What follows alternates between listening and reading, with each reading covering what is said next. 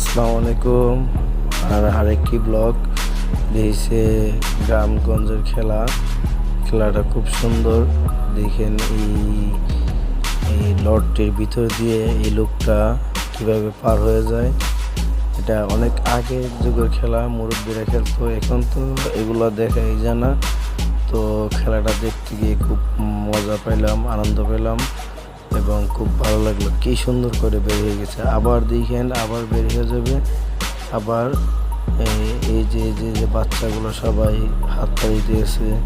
খুব সুন্দর একটা মানে পরিবেশে এই খেলাটা। এই যে আবার বের হয়ে গেল, কীভাবে এই লোকটা কীভাবে বের হয়ে গেল, এটা তো অসম্ভব একটা ব্যাপার। এই যে দেখেন, এই যে দুইটা লোক ইয়ে করতেছে, আবার একজনের ভিতর দিয়ে আরেকজন বের হয়ে যাবে।